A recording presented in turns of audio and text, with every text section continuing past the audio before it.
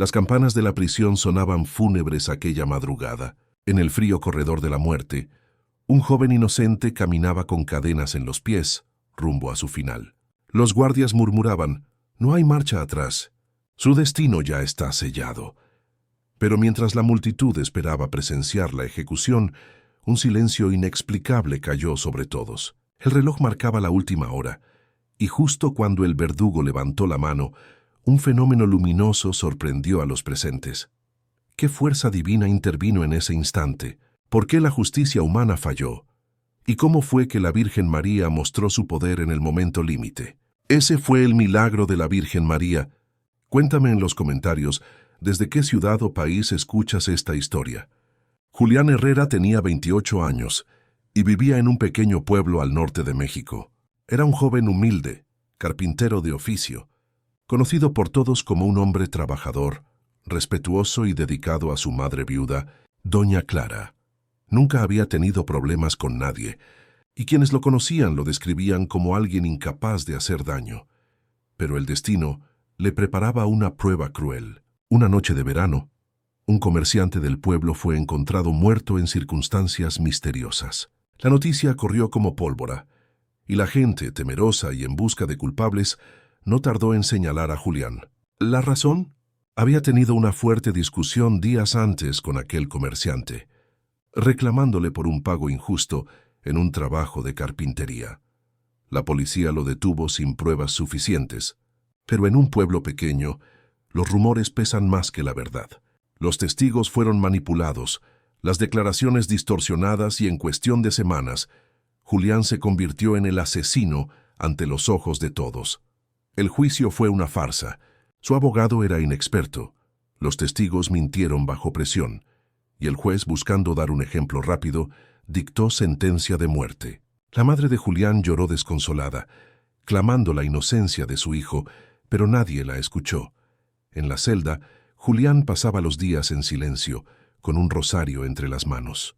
No entendía por qué la vida lo castigaba de esa manera, pero en su corazón mantenía la esperanza de que Dios conocía la verdad. A veces, en las noches más frías, pensaba que todo acabaría pronto, y lo único que pedía era que su madre no sufriera tanto. El pueblo estaba dividido. Unos exigían justicia rápida, otros empezaban a dudar de la condena. Sin embargo, la maquinaria legal avanzaba sin detenerse. La fecha de ejecución fue fijada, el amanecer del 12 de octubre. En ese ambiente de angustia y resignación, Julián escribió su última carta, donde repetía una sola frase: «Soy inocente y solo Dios lo sabe». El reloj de la prisión marcaba las horas con una crueldad casi humana. Cada campanada atravesaba las paredes de concreto y se quedaba flotando en el aire, como un recordatorio implacable. Para Julián, la noche anterior al 12 de octubre fue una eternidad. Las sombras de la celda parecían moverse con vida propia, y el murmullo de los otros reclusos, suspiros, oraciones, sollozos, formaba una mezcla extraña de miedo y esperanza. Un guardia llamado Ramírez, hombre de mediana edad y rostro cansado, le llevó una taza de café aguado. «No debería, muchacho, pero mi madre rezaría por mí si no mostrara compasión», dijo en voz baja. Julián le agradeció con una mirada limpia. Esa mirada que había convencido a algunos de su inocencia, pero que no bastó frente al engranaje del sistema. «Soy inocente», repitió, más como un rezo que como protesta. Ramírez bajó la vista. Ojalá la verdad se abra paso. Doña Clara, al otro lado de la ciudad, no pudo dormir. Sobre la mesa de la cocina, una veladora frente a una estampa de la Virgen de Guadalupe ardía con llama firme. Sus manos, temblorosas, pasaban cuentas del rosario una y otra vez. «Madre Santísima, no permitas que se cometa esta injusticia», susurraba. Afuera, el viento golpeteaba la ventana como si también quisiera entrar a rezar. El abogado defensor, un joven recién egresado llamado Esteban, revisaba papeles con ojos rojos y ojeras profundas. Había descubierto inconsistencias. Un reloj en la escena del crimen que no figuraba en el inventario, un testigo que había cambiado su versión, un recibo de madera comprada por el comerciante en la fecha equivocada. 3 piezas sueltas, insuficientes por sí mismas, pero que juntas dibujaban otra historia. La mañana lo alcanzó con una sensación de impotencia. Ya no había tiempo para presentar nada. En su celda, Julián comenzó a rezar el rosario. Cada misterio era un latido de su corazón. Cada Ave María, una cuerda a la cual aferrarse en medio del abismo. Recordó una frase que su madre repetía: la justicia de los hombres puede fallar, pero la de Dios llega a su hora. No sabía si esa hora llegaría antes del amanecer.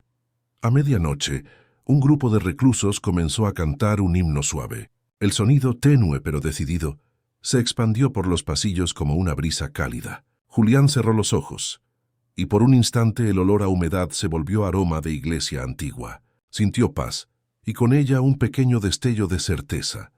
No estaba solo. Cuando la 1:0 marcó en el reloj del corredor, un apagón repentino sumió la prisión en penumbra. Los generadores tardaron 1 minuto en reaccionar. Algunos dirían luego que fue un simple fallo eléctrico. Otros que la noche había decidido guardar silencio para escuchar una oración. Al volver la luz, Ramírez pasó de nuevo. «Necesitas algo más, hijo». Julián pensó en pedir una última llamada, pero prefirió otra cosa. «Si puede, déjeme su rosario un rato». El guardia dudó, luego se lo entregó.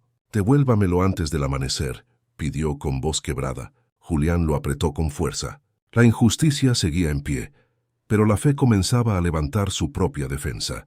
A las 3 de la madrugada, la prisión despertó su protocolo más sombrío. El capellán, el médico y el alcaide firmaron documentos con tinta temblorosa. Nadie lo admitía en voz alta, pero la condena de Julián pesaba como una piedra en el pecho colectivo. En el patio central ya habían instalado las barreras metálicas. La ley exigía discreción, pero en el pueblo corría la noticia. Al amanecer habría ejecución. Esteban, el abogado, decidió intentar lo imposible. A esa hora, tomó su auto y condujo hacia la casa del juez de guardia para solicitar una suspensión de último minuto. Llevaba un folder con las inconsistencias recién halladas y un informe pericial en borrador. Llamó al timbre con insistencia. Cuando por fin lo atendieron, el asistente del juez negó la audiencia. «No hay base suficiente». Esteban, con la voz rota, respondió: «Si lo ejecutan, matarán a un inocente». La puerta se cerró suavemente, como si quisiera no hacer ruido al cerrar una esperanza. En la capilla pequeña de la prisión, el capellán encendió 3 velas. Sabía que su tarea era acompañar, no cuestionar. Sin embargo, aquella noche sentía una inquietud extraña, como si el cielo le hubiera encomendado algo más que rezar. Abrió el misal en una página al azar. «Bienaventurados los que tienen hambre y sed de justicia». Cerró los ojos y pidió una señal. Julián fue llevado a una sala contigua para la última revisión médica. El doctor Lozano, hombre metódico, le tomó el pulso y la presión. «Está fuerte», dijo, como si se preparara para correr. Julián sonrió con dignidad. «Solo me preparo para decir la verdad hasta el final». El doctor guardó silencio, conmovido por aquella serenidad en medio del absurdo. Faltaban 2 horas. La madre de Julián, con la veladora aún encendida, recibió la visita de una vecina, doña Nena, que traía consigo una pequeña imagen de la Virgen de San Juan de los Lagos. «Me la regaló mi abuela. Dicen que intercede en momentos imposibles», explicó. Doña Clara, con lágrimas firmes, puso la imagen junto a la estampa de Guadalupe. 2 miradas maternas, 2 manos abiertas sosteniendo una súplica común. A las 4, el alcaide ordenó que todo estuviera listo. Los guardias ajustaron el cerco, revisaron protocolos, ajustaron relojes. Ramírez, con el rosario prestado, se debatía entre el deber y algo más profundo. Miró a Julián a través de la ventanilla. «Hijo, si tienes algo que decir», comenzó. «Solo que perdono a quienes me trajeron aquí», respondió Julián. Aquella frase golpeó como un rayo silencioso. El guardia se llevó la mano al pecho. En las calles del pueblo, algunos curiosos se reunieron a lo lejos, atraídos por la hora y por el morbo. Otros acudieron a la parroquia, donde el párroco decidió abrir las puertas antes del amanecer. Se rezó un rosario comunitario por un condenado inocente. Nadie dijo su nombre, pero todos sabían. La cuenta regresiva avanzaba. El cielo, aún negro, dejaba entrever un borde pálido en el horizonte. El mundo parecía contener la respiración. Quedaban 40 minutos. Esteban, de regreso, marcó desesperado el número de un periodista local, Elena Robles, conocida por investigar casos de injusticia. Necesito que vengas ya. Si no, cuando llegues será tarde. Ella tomó su cámara y salió sin dudar. Elena llegó a la prisión cuando el reloj marcaba las 4:35. Su credencial de prensa no garantizaba acceso, pero su determinación abría otras puertas. Esteban la esperaba con los papeles en la mano. «Esto no es una historia, es un llamado», dijo él. Ella asintió, mirando a través de la reja, donde la luz fría de los reflectores dibujaba sombras de hierro. Mientras discutían con el guardia de entrada, una mujer mayor se acercó. Llevaba un rebozo azul y un pequeño estuche de madera. «¿Ustedes van con el condenado?», preguntó con voz apacible. «Somos quienes no queremos que muera», respondió Elena. La mujer abrió el estuche. Dentro había un rosario antiguo, con cuentas de nácar desgastadas por generaciones. «Esta corona ha pasado de madre a hija. Dicen que la Virgen escucha con ella más pronto. Llévenla adentro. No me dejarán entrar, pero ustedes sí pueden decirle al muchacho que no está solo». El guardia Ramírez vio la escena y, contra todo protocolo, abrió la reja unos centímetros. «5 minutos», murmuró. Esteban y Elena cruzaron el umbral como quien pisa tierra sagrada. El capellán avisado los recibió en la capilla. Cuando Elena sostuvo el rosario, una calma inesperada la recorrió. No era superstición, era una certeza suave, como si en aquel lugar de paredes frías hubiera un cálido corazón latiendo.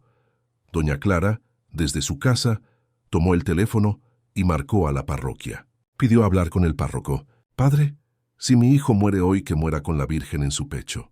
El párroco prometió enviar de inmediato un escapulario bendecido a la prisión por medio de un monaguillo. «La madre no llega tarde», dijo, y sus palabras fueron como aceite sobre aguas turbulentas.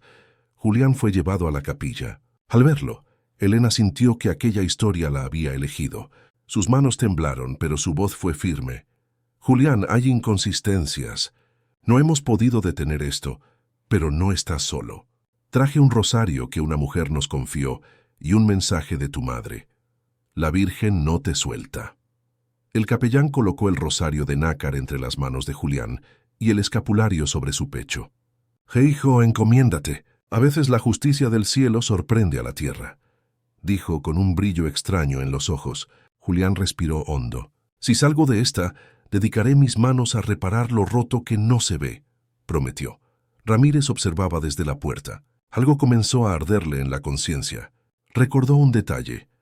La noche del crimen, él estaba de turno en la carretera y vio un auto negro con placas foráneas salir del pueblo a toda velocidad. Nunca lo reportó porque no creyó que fuera relevante. El recuerdo le golpeó con fuerza. «¿Y sí?», pensó con un nudo en la garganta. El reloj marcó las 4:55. El alcaide dio la orden de proceder. Elena tomó una fotografía de Julián sosteniendo el rosario, no para publicarla, sino para recordarse a sí misma que a veces el periodismo también es testigo de milagros. El traslado al patio de la ejecución comenzó con pasos medidos. Julián avanzaba con las manos atadas, pero con el rosario bien sujeto. El aire frío y denso olía a metal y a madrugada. Cada foco encendido parecía un ojo vigilante. En el primer giro del corredor, Julián percibió un aroma sutil inesperado. Rosas. Hizo una inhalación más profunda. No había flores en la prisión, y menos a esa hora. Un guardia también arrugó la nariz.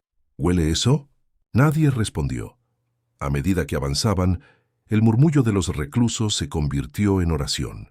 Algunos tocaron las puertas de sus celdas con los nudillos, marcando un ritmo grave. El capellán caminaba a un lado recitando salmos. Elena, autorizada a acompañar, sostenía el escapulario con una mano, como si su propia vida dependiera de aquel pedazo de tela. En la esquina antes del patio, las luces parpadearon 2 veces. El alcaide ordenó revisar el generador. Todo quedó en orden, y sin embargo el ambiente había cambiado. Un silencio compacto se instaló de pronto, como si incluso los insectos hubieran decidido callar. Julián alzó la vista y se detuvo un segundo. En el muro, donde el yeso estaba desconchado, la humedad había dibujado una mancha desde hacía años. Los internos la llamaban la mancha de la Virgen, por mera coincidencia. Esa madrugada la forma parecía nítida.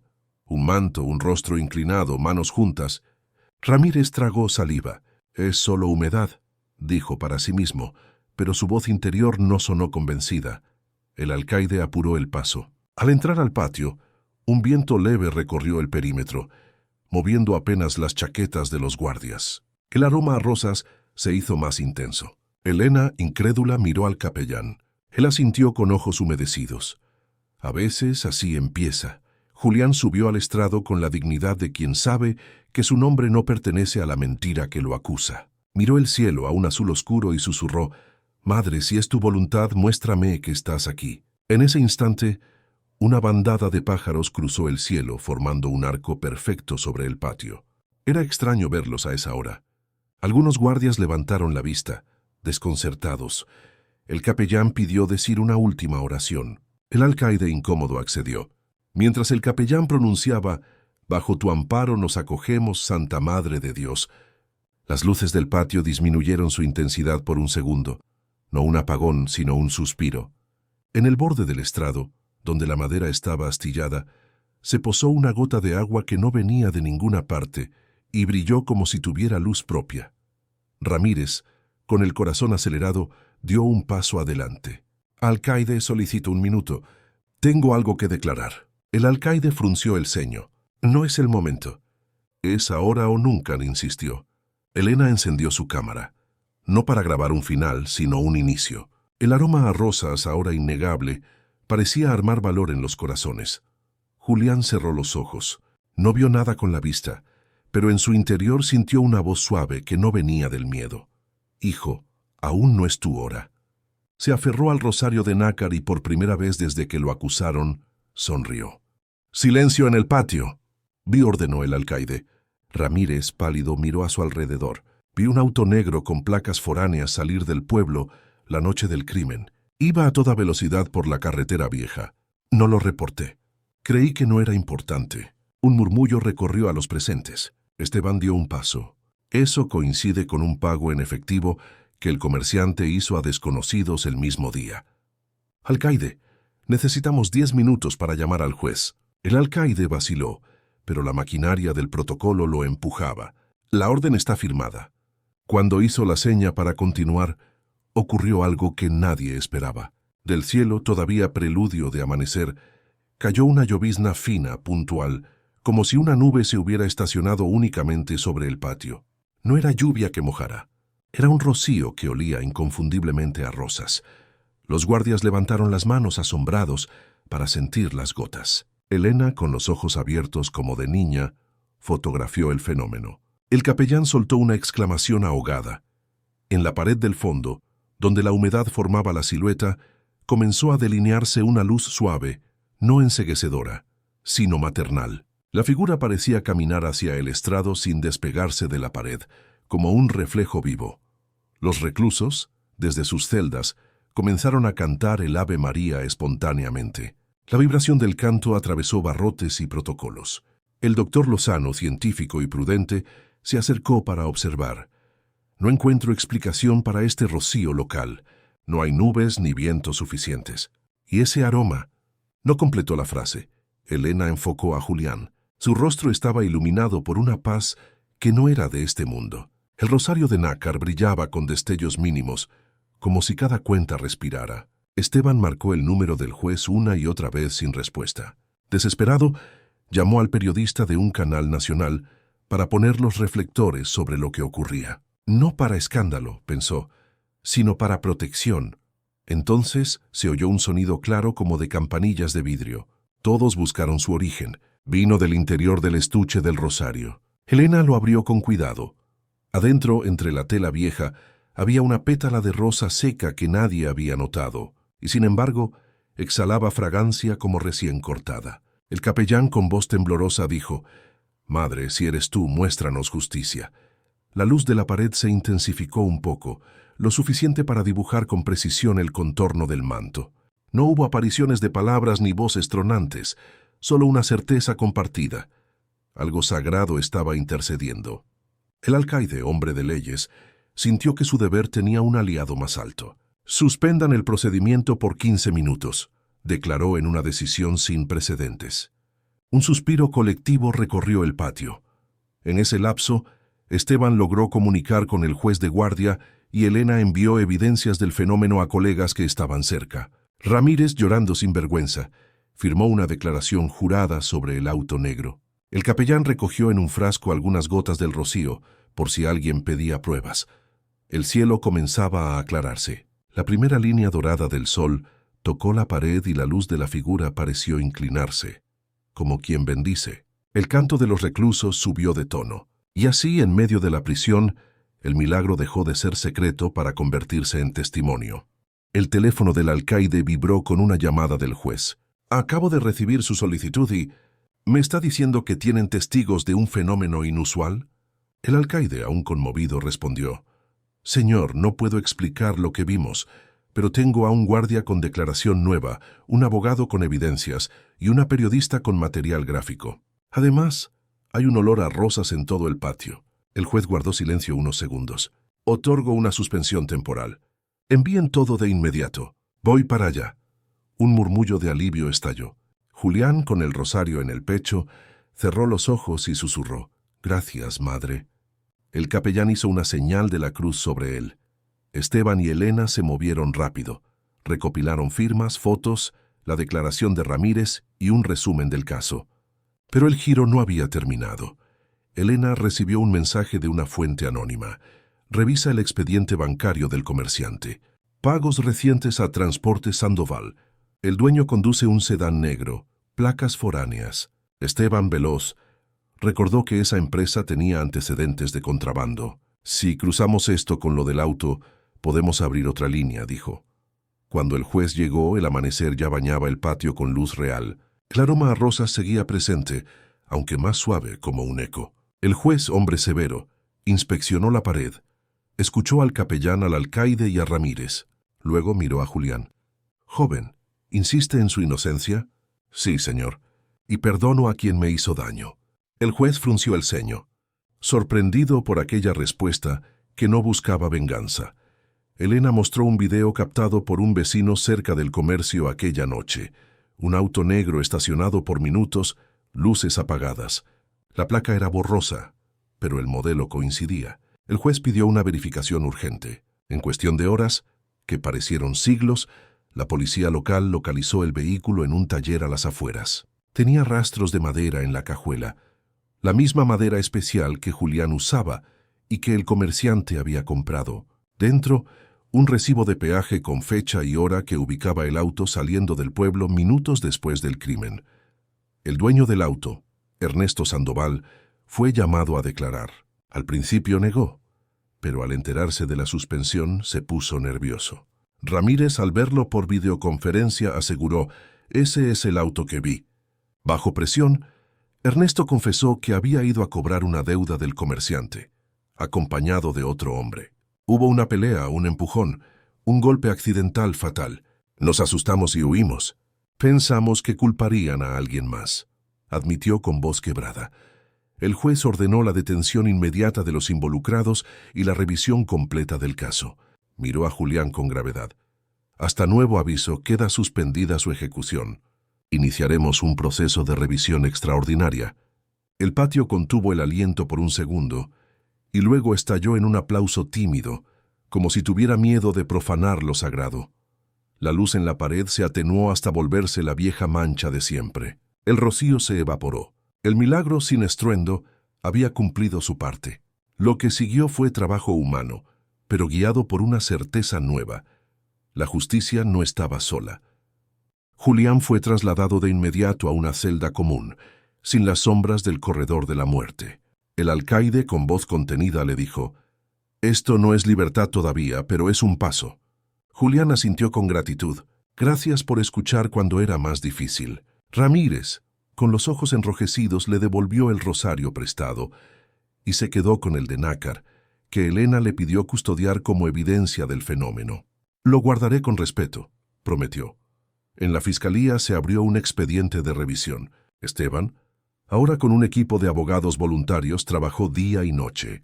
Elena publicó un reportaje sobrio y respetuoso, centrado en la injusticia y en los hechos verificados, sin explotar el milagro. Lo mencionó con cautela, priorizando los testimonios. Su nota provocó que organizaciones civiles se interesaran en el caso. La confesión de Ernesto llevó a la captura del cómplice, un hombre llamado el Güero Medina. En interrogatorio, corroboró la versión del accidente durante la pelea y la huida precipitada. También reveló que habían sobornado a un testigo para señalar a Julián por la antigua discusión.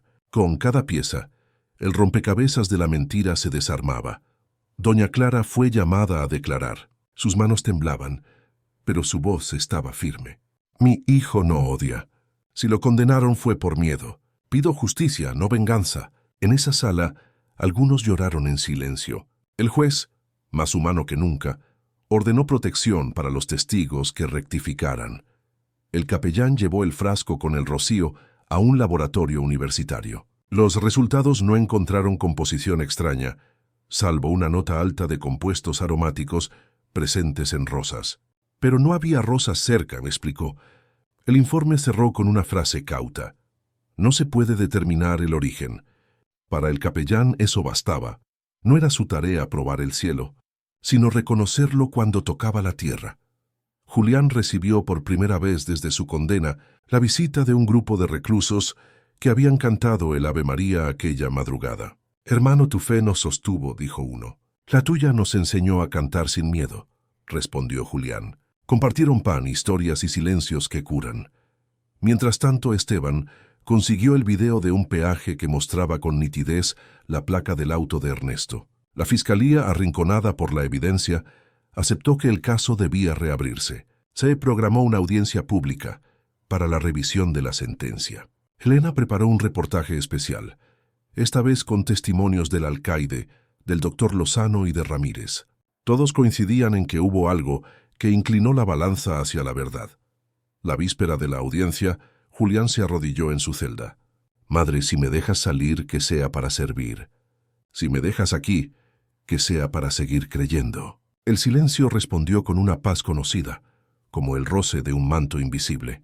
La sala estaba llena el día de la audiencia. Medios locales y nacionales, organizaciones de derechos humanos, vecinos del pueblo, familiares de la víctima y la madre de Julián. El juez, con el expediente frente a él, abrió la sesión. Estamos aquí para revisar una posible condena errónea. La justicia no es infalible, pero sí perfectible. Esteban presentó la nueva evidencia con precisión, la declaración de Ramírez, los videos del auto, el recibo de peaje, la confesión de Ernesto y el Güero Medina, y las inconsistencias del primer juicio. Elena, citada como testigo, narró con sobriedad los hechos ocurridos en la prisión, sin adornos, pero sin omitir lo esencial: el rocío y el aroma a rosas, la luz en la pared, el canto de los reclusos. No vengo a probar un milagro, dijo, vengo a contar lo que vimos. La defensa original guardó silencio, avergonzada. El fiscal, por su parte, aceptó que hubo errores graves. Los sesgos y la presión social nos cegaron, admitió. El juez llamó a declarar a Ernesto. Con la mirada al piso, explicó su versión y pidió perdón a la familia del comerciante y a la de Julián. No quise matar a nadie. Fui un cobarde. Doña Clara tomó la palabra. Mi hijo no volverá a estos años perdidos. Pero si hoy deciden liberar a un inocente, estén seguros de que la justicia de Dios ya está obrando en todos nosotros. La madre del comerciante, con la voz rota, se acercó a doña Clara y la abrazó. Yo también perdono, susurró. Ese gesto desarmó a la sala. Tras un receso breve, el juez regresó con la resolución. Se anula la sentencia condenatoria contra Julián Herrera por falta de pruebas válidas y por la aparición de evidencia exculpatoria contundente. Se ordena su liberación inmediata y se abre proceso contra los verdaderos responsables y contra quienes obstruyeron la verdad. El aplauso fue inevitable. Julián, con los ojos encharcados, abrazó a su madre. El capellán presente elevó una oración de agradecimiento. Ramírez lloró como si dejara atrás un peso de años. Esteban y Elena se miraron con una mezcla de cansancio y alegría. Lo imposible había cedido. Al salir, en la escalinata del tribunal, una anciana se acercó a Julián. Era la del rebozo azul. La madre no llega tarde, repitió, y colocó en su mano el rosario de nácar. Es tuyo. Prométeme que lo usarás para orar por los que aún esperan. Julián asintió. Lo prometo. Un viento suave recorrió la plaza. Nadie olió a rosas esta vez, pero todos sintieron algo semejante, el aire de la libertad. Los meses siguientes transformaron a Julián en algo más que un sobreviviente. Se convirtió en un artesano de la esperanza. Con el apoyo de organizaciones civiles y de la parroquia, abrió un pequeño taller-escuela para reclusos liberados. Enseñaba carpintería y sobre todo enseñaba a creer de nuevo. En la pared principal colgó una frase tallada por él: «La justicia de Dios llega a su hora». Debajo, un estante con un frasco pequeño guardaba, como reliquia humilde, las últimas gotas del rocío que el capellán conservó. Elena continuó su trabajo periodístico enfocada en casos de inocentes condenados. Su reportaje sobre Julián, respetuoso y profundo, ayudó a impulsar reformas en procedimientos de identificación y resguardo de evidencia. Esteban se especializó en litigio estratégico y formó una clínica jurídica para revisar sentencias dudosas. Ramírez pidió su traslado al área de reinserción social y en sus ratos libres visitaba el taller de Julián para enseñar disciplina y respeto a los jóvenes. Doña Clara, con una paz nueva en el rostro, coordinaba una red de madres que rezaban cada semana por los presos y por las víctimas. A veces, al finalizar el rosario, alguien decía haber percibido un tenue aroma a rosas. Sonreían y no discutían. Algunas certezas no necesitan argumentos. Julián, por su parte, cumplió su promesa: reparar lo roto que no se ve. Visitaba cárceles, hablaba con familias y cuando le pedían que contara su historia, lo hacía sin rencor. «No soy un héroe», decía. «Soy un hijo que fue sostenido por una madre». En su bolsillo siempre el rosario de nácar. No lo mostraba como trofeo, sino como camino. Una tarde de octubre, exactamente un año después, volvió a la prisión. Lo acompañaban el capellán, Elena y Esteban. Entraron al patio donde todo ocurrió. La mancha en la pared seguía siendo una mancha, pero a Julián no le hizo falta verla distinta.